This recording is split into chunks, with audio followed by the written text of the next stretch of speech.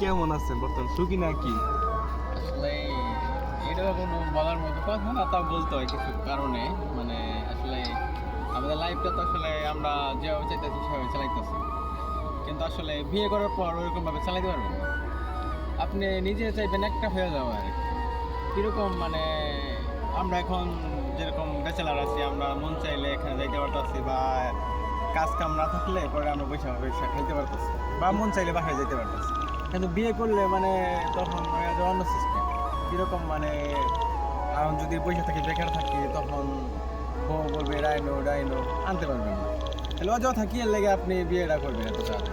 আপনি সফল হইয়া ভালোভাবে কোনো কিছু করার পরে যখন টাকা পয়সা হবে তখন একটা বিয়ে শাদী করবেন। তার আগে একটু করেন না, তাহলে কিন্তু পছরাবেন আমার মতো। ঠিক আছে? So